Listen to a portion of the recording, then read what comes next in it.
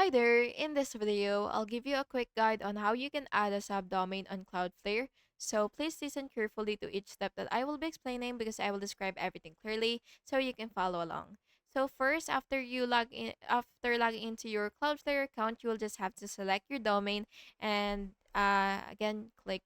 You will just have to go to your DNS, which is right here, configure DNS, and then once you're here, you will just have to click add record, and then you will just have to set the type to A, and then for your subdomain in the name field you will just have to literally for example blag, and then you'll just have to enter the IPv4 address of the server hosting the subdomain.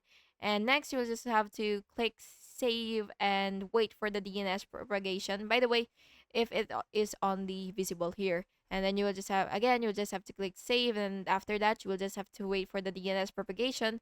That would probably take a few minutes or 24 hours. So finally, you will just have to test the subdomain by visiting subdomain.yourdomain.com.